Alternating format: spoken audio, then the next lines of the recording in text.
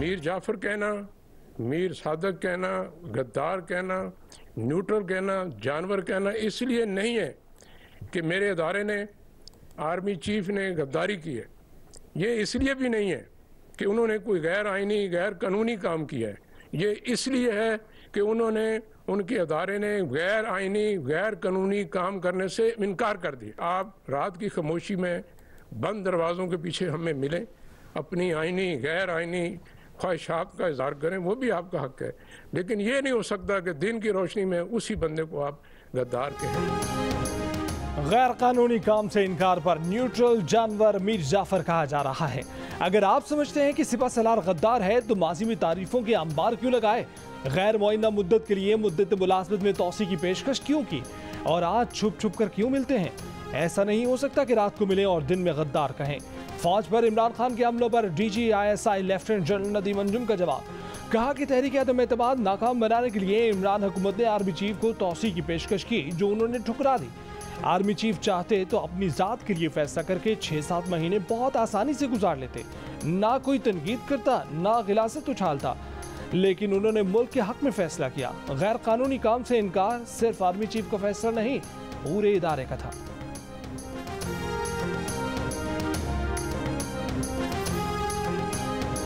जब ARY news के senior executive vice president Imad Yusuf से तहकीकात की गई तो मालूम हुआ कि ARY के chief executive officer mister Salman Iqbal ने शहबाज गिल की गिरफ्तारी के फ़ौरन बाद इमाद यूसुफ को हिदायत दी कि अरशद शरीफ को जल्द अज जल्द पाकिस्तान से बाहर भेज दिया जाए। हमारी इतला के मुताबिक किसी ने सरकारी सतह पर अरशद शरीफ को दुबई से निकलने पर मजबूर नहीं किया। इन तमाम हालात व वाक़यात में ARY के chief executive officer Salman Iqbal साहब का जिक्र बार बार आता है, लिहाजा उन्हें पाकिस्तान वापस लाया जाना चाहिए और शामिल तफ्तीश करना चाहिए। अरशद शरीफ से मुतल्लिक थ्रेट अलर्ट KP हुकूमत ने 5 अगस्त को जारी किया। सिक्योरिटी इदारों या वफाकी हुकूमत से कोई इंफॉर्मेशन शेयर नहीं की। शायद थ्रेट अलर्ट का मकसद अरशद को मुल्क छोड़ने पर मजबूर करना था। DGISPR की press conference. Lieutenant general Babar Iftikhar ने कहा कि शहबाज गिल की गिरफ्तारी के फौरी बाद ARY के CEO सलमान इकबाल ने अरशद शरीफ को बैरून मुल्क भिजवाने के लिए senior executive vice president Imad Yusuf को हिदायत दी। अरशद शरीफ पेशावर से 10 अगस्त को दुबई रवाना हुए। KP हुकूमत ने अरशद को एयरपोर्ट तक मुकम्मल प्रोटोकॉल दिया।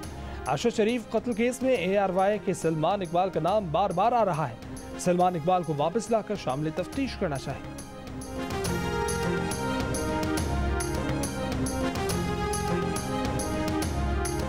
आर्मी चीफ ने 11 मार्च को कामरा में साबिक वज़ीर आज़म से खुद इसका तज़किरा किया था, जिस पर उन्होंने फरमाया कि ये कोई बड़ी बात नहीं। हमारे लिए ये हैरान कुन था जब 27 मार्च इस्लामाबाद के जलसे में कागज़ का एक टुकड़ा लहराया गया और ड्रामाई अंदाज में एक ऐसा बयानिया देने की कोशिश की गई जिसका हकीकत से दूर दूर तक कोई वास्ता नहीं था। ISI की साइफर से मुतालिक फाइंडिंग्स की किसी किस्म की साजिश को उनको उसके शवाहिद नहीं मिले। हम इन फाइंडिंग्स को कौम के सामने रखना चाहते थे, ताहम ये फैसला हमने उस वक्त की हुकूमत पर छोड़ दिया, लेकिन ऐसा नहीं किया गया, बल्कि मजीद अफवाहें और झूठी खबरें फैलाई गईं जिसका मकसद सियासी फ़ायदा हासिल करना और एक मखसूस बयानिया तश्कील देना था।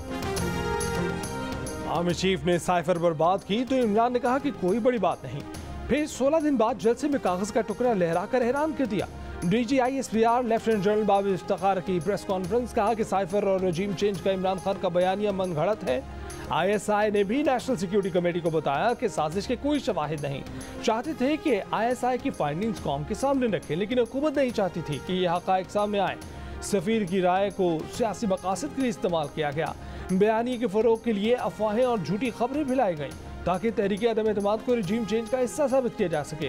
फौज की लीडरशिप को निशाना बनाया गया। हर चीज़ को गद्दारी और रजीम चेंज से लिंक कर दिया गया। ARY ने पाक आर्मी और लीडरशिप से मुताल्लिक झूठे और साजिशी बयानी को फ़रोग़ देने के लिए स्पिन डॉक्टर का किरदार अदा किया।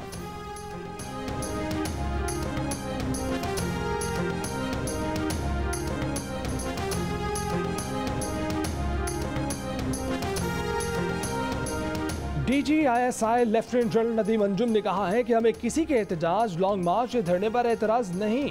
पाकिस्तान के आइन में एक हक एहतजाज करने का भी है। आइन ने जो हकूक दिए हैं उनकी हदूद भी मुतय्यन की हैं। जो एहतजाज का हक देता है वो फराइज और जिम्मेदारियां भी देता है। जब ज्यादा लोग इकट्ठे हों तो खतरा होता है। हमारा फर्ज है कि हम सिक्योरिटी दें। हुकूमत आर्टिकल 245 के तहत बुलाती है तो जरूर हुकूमत की मदद की जाएगी।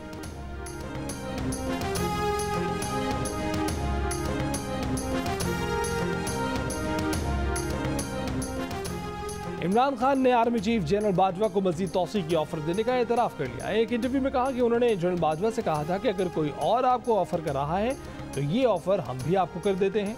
इमरान खान ने कहा कि फौजी अफसरान की प्रेस कॉन्फ्रेंस का जवाब देने लगूं तो मुल्क को नुकसान पहुंचेगा, यानी फौज को नुकसान पहुंचेगा। फौज हुकूमत का इदारा है। हुकूमती इदारे के सरबराह आके प्रेस कॉन्फ्रेंस कर रहे हैं, साथ कहते हैं कि हम सियासत में नहीं। साइफर की तहकीक करने के बजाय उसे कवर अप करने की कोशिश की जा रही है।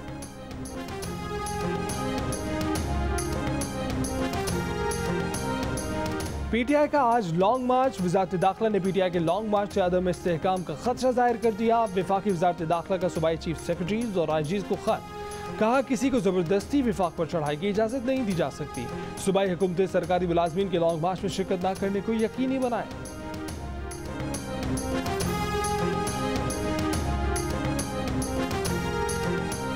इस्लामाबाद के दाखिली और खारजी रास्ते और एयरपोर्ट खुले हैं। तर्जुमान पुलिस का कहना है कि दारुल हुकूमत में आमदोरफ्त पर कोई रुकावट नहीं। दहशतगर्दी के खदशात के पेश नज़र नाके लगाए गए हैं।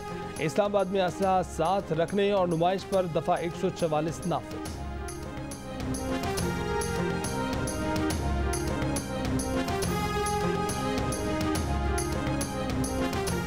इमरान न्याजी का असल चेहरा कौम के सामने आ गया। हमजा शहबाज कहते हैं कि इमरान न्याजी के लॉन्ग मार्च का असल मकसद मुल्क में फितना और फसाद बर्पा करना है। आइन में कहाँ लिखा है कि किसी को ताहयात तौसी की ऑफर करके मुतालबात मंजूर कराएं। वज़ीर दिफा ख्वाजा आसिफ की प्रोग्राम आज शाहज़ेब खानज़दा के साथ में गुफ्तगू। बोले हमने कोई ऑफर नहीं की, जब हमारे नंबर पूरे हुए अदम एतमाद तहरीक लाए। खुर्रम दस्तगीर बोले इमरानी फितना झूठ और मुनाफकत पर कायम है। फितना फसाद की सूरत अख्तियार करने लगा तो मजबूरन उनको बात करना पड़ी।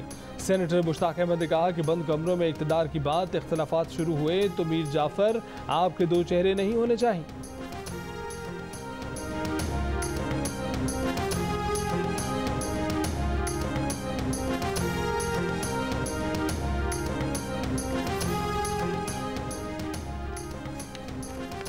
वज़ीर ख़ारजा बिलावल भुट्टो ज़रदारी ने DGISI और ISPR की प्रेस कॉन्फ्रेंस को बेमिसाल और तारीखी करार दे दिया। जारी करदा बयान में कहा कि इदारों की आईनी किरदार की तरफ मुंतकली की ख्वाहिश की हौसला अफजाई करनी चाहिए। कमर ज़मान कह रहा कि इमरान खान पर वार, कहा कि जब फोर्सेज और इदारों ने गैर सियासी होने का फैसला किया तो इदारे पर हमले शुरू कर दिए। अगर इमरान खान अदम एतमाद से बचने के लिए इदारों को लालच दे रहे थे तो फिर साइफर और बैरूनी साजिश कहाँ गई? ये जमहूरियत की कौन सी खिदमत है?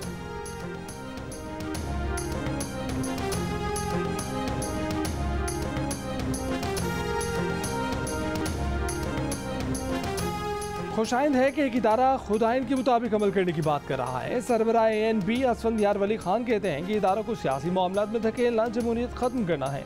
बोले बैसाखियों की सियासत ने मुल्क को अंदरूनी और बैरूनी मुश्किलात से दोचार किया। इमरान खान को मुसल्लत करने से सियासत और जमहूरियत को नुकसान पहुंचा। JUI सेंटर अब्दुल गफूर हैदरी बोले इमरान न्याजी को इदारे के सवालात के जवाब देने होंगे।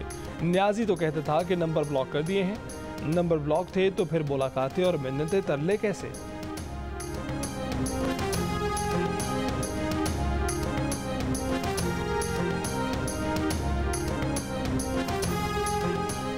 मुलाकातों में कौन सा गैर आईनी मुतालबा किया गया? तहरीक इंसाफ का सवाल। शाह महमूद कुरैशी ने पार्टी रहनुमाओं के हमरा प्रेस कॉन्फ्रेंस में कहा कि क्या हमने मुलाकात में कोई गैर आईनी फरमाइश की या जमहूरियत के खिलाफ मुतालबा किया?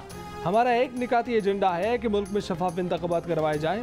ऐसा कोई बयानिया न घड़ा गया है न घड़ेंगे जिससे पाकिस्तान को नुकसान हो।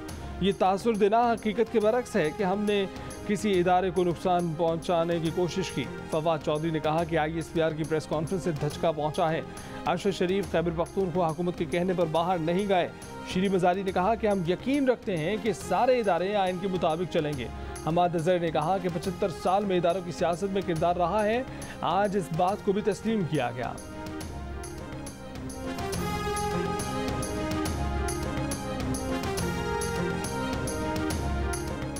चौधरी परवेज इलाही पहले पाकिस्तानी हैं, फिर वजीर आला हैं। मुस्लिम लीग क़ाफ के सरबराह चौधरी शुजात हुसैन कहते हैं कि परवेज इलाही पर जिम्मेदारी आयद होती है कि अमन व अमान बरकरार रखें। तहरीक इंसाफ के लॉन्ग मार्च में कोई फसाद पैदा नहीं होना चाहिए।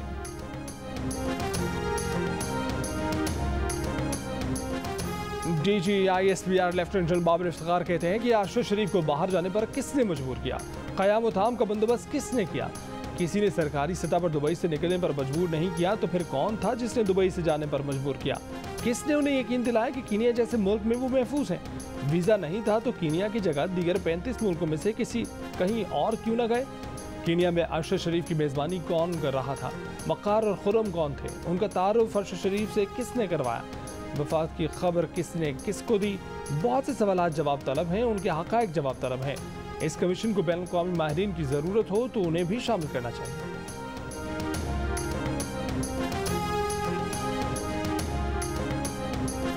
मैं ये भी मानता हूँ कि जब झूठ इतनी आसानी, रवानी और फरवानी से बोला जाए एक साइड से कि मुल्क में फितना और फसाद का ख़तरा हो, तो सच की लंबी खामोशी भी ठीक नहीं है इस मुल्क की। ओहदा संभालने के बाद DGISI की पहली बार मीडिया के सामने एंट्री। कहा कि झूठ के सामने सच की चुप तोड़नी पड़ती है। वो अपनी ज़ात के लिए नहीं, अपने इदारों और मुल्क पर जाने कुर्बान करने वालों के लिए सामने आए। झूठ इतनी आसानी, रवानी और फरावानी से बोला जाए, फितना फसाद का खतरा हो तो सच की लंबी खामोशी ठीक नहीं। पाकिस्तान को बैरूनी खतरात या अदम तहफ़्फ़ुज़ से खतरा नहीं है, पाकिस्तान को खतरा अदम इस्तेहकाम से है। पाकिस्तान के हर शहरी और हर जमात का हम पर मुसावी हक़ है। जो आईनी तरीके से हुकूमत बनाएगा, हमारा फ़र्ज़ है आईनी हदूद में रहकर काम करें। मेरी आपसे रिक्वेस्ट होगी कि अपने इदारों पर एतमाद रखें। अगर हमसे माजी में कोई गलतियां हुई हैं तो पिछले 20 सालों से हम अपने खून से उनको धो रहे हैं। ये आपकी फौज है। ये वर्दी पहने हुए 35, 40 साल नौकरी के बाद कोई गद्दारी का तोक लटका के घर नहीं जाना चाहता। हम कमज़ोर हो सकते हैं, हमसे गलतियां हो सकती हैं, मगर हम गद्दार और साजिशी हरगिज़ नहीं हो सकते। DGISPR ने कहा है कि अगर हमसे माजी में कोई गलतियां हुई हैं तो पिछले 20 साल से अपने खून से हम उन्हें धो रहे हैं। 35-40 साल वर्दी पहने हुए कोई गद्दारी का तोक लटका कर घर नहीं जाना चाहता। हम कमज़ोर हो सकते हैं, हमसे गलतियां हो सकती हैं, लेकिन हम गद्दार और साजिशी नहीं। इमरान खान को अरशद शरीफ कत्ल केस की तहकीकात के लिए बुलाना खारिज से इम्कान नहीं। क्या इमरान खान बताएंगे किसने अरशद शरीफ को मुल्क से भेजा? किससे जान को खतरा था? KP हुकूमत ने थ्रेट से मुतल्लिक विफाक को क्यों नहीं बताया? वजीर दिफा ख्वाजा आसिफ की प्रेस कॉन्फ्रेंस। विफाकी वजीर दाखिला राना सनाउल्लाह ने कहा कि अरशद शरीफ के कत्ल के सारे ताने बाने इमरान खान और सलमान इकबाल की तरफ जाते हैं। अरशद शरीफ के साथ ड्राइविंग सीट पर मौजूद शख्स खुर्रम ARY का मुलाजिम है। कीनिया में फार्म हाउस किसका है? वक़ार का क्या किरदार है? इसकी तस्दीक शुदा तफसील 1-2 दिन में मिल जाएगी।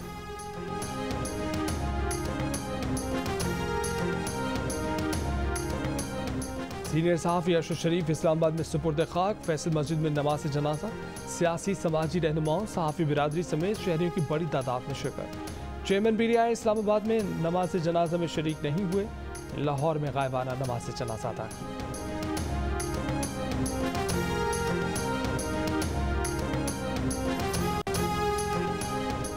कीनिया में अरशद शरीफ की मौत। गाड़ी में मौजूद खुर्रम कराची का रिहायशी था। जियो न्यूज़ की टीम डिफेंस में वाक़ घर पहुंच गई। चौकीदार का कहना है कि वक़ार और खुर्रम काफ़ी अर्सा पहले घर आए थे। दोनों भाइयों के वालिद अफजाल अहमद कल रात फैमिली लेकर चले गए। किसी को कुछ बताने से मना कर दिया।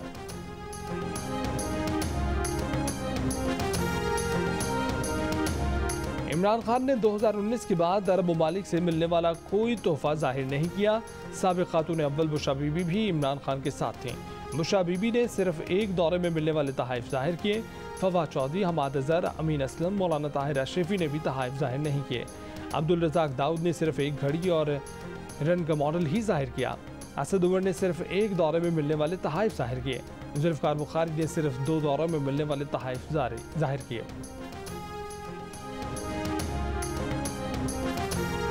लाहौर में वकला की तकरीब के बाद इमरान खान बाहर निकले तो लोगों ने घड़ी चोर के नारे लगा दिए। इमरान खान के साथ आने वाले एक शख्स ने घड़ी चोर के नारे लगाने वाले एक शख्स को धक्का भी दिया। मगर घड़ी शोर के नारे इमरान खान का पीछा करते रहे।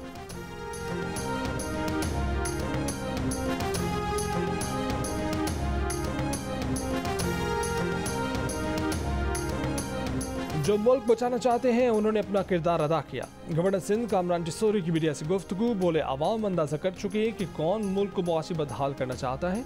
जिन लोगों ने मैंडेट देने में गलती की वो जाग गए। MQM पाकिस्तान के लिए आने वाले तमाम माह खुशखबरी के होंगे। जो लोग MQM में आना चाहते हैं आए, जैसे मैं आया।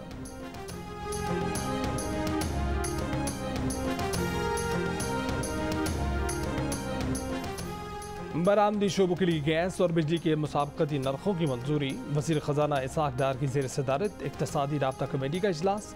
वज़ारत दिफा के लिए 30 अरब रुपए की ज़मानती ग्रांट मंजूर। कनकोट माइनिंग एरिया 15 साल लीज पर दे दिया गया। बुखार की दवाओं के रिटेल प्राइस में इजाफा।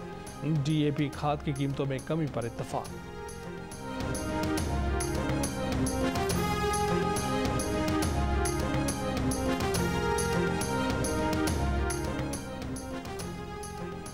कराची के इलाके शालतीफ टाउन में फायरिंग से एक शख्स हलाक। उर्दू बाजार में गोली चलने से जख्मी बच्चा दम तोड़ गया। औरंगी टाउन में मोटरसाइकिल सवारों की फायरिंग से एक शख्स रावलपिंडी में एक ही खानदान के 9 अफराद के कत्ल का मरकजी मुलजिम 2 साल बाद गिरफ्तार। इश्तिहारी मुलजिम रब नवाज पर बेटों के साथ मिलकर चौंतरा में 9 अफराद के कत्ल का इल्जाम है। लाहौर के इलाके नवाब टाउन में 9 बरस की बच्ची की फंदा लगी लाश बरामद। लाश चारपाई के साथ दुपट्टे से लटकी मिली।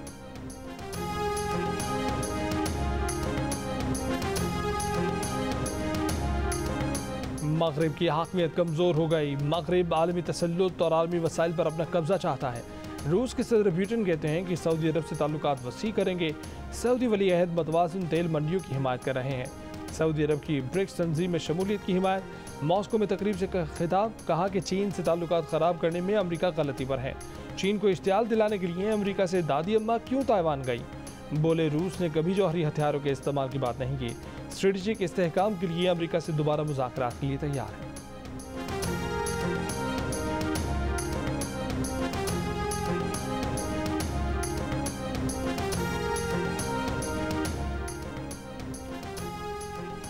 इलॉन मस्क ने $44 अरब में ट्विटर का कंट्रोल संभाल लिया।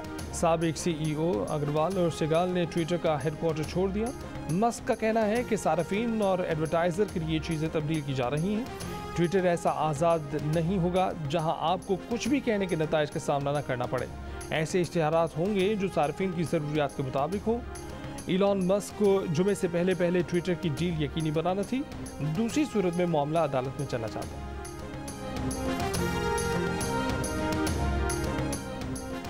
ICC T20 वर्ल्ड कप में आज ग्रुप 1 के 2 मैचेस खेले जाएंगे। अफगानिस्तान का मुकाबला आयरलैंड से होगा। रिवायती हरीफ ऑस्ट्रेलिया और इंग्लैंड भी आमने सामने आएंगे। T20 वर्ल्ड कप में जिम्बाब्वे ने पाकिस्तान को 1 रन से हराकर पाकिस्तान के लिए सेमीफाइनल का सफर इंतहाई मुश्किल बना दिया। जिम्बाब्वे के सिकंदर रजा मैन ऑफ द मैच करा।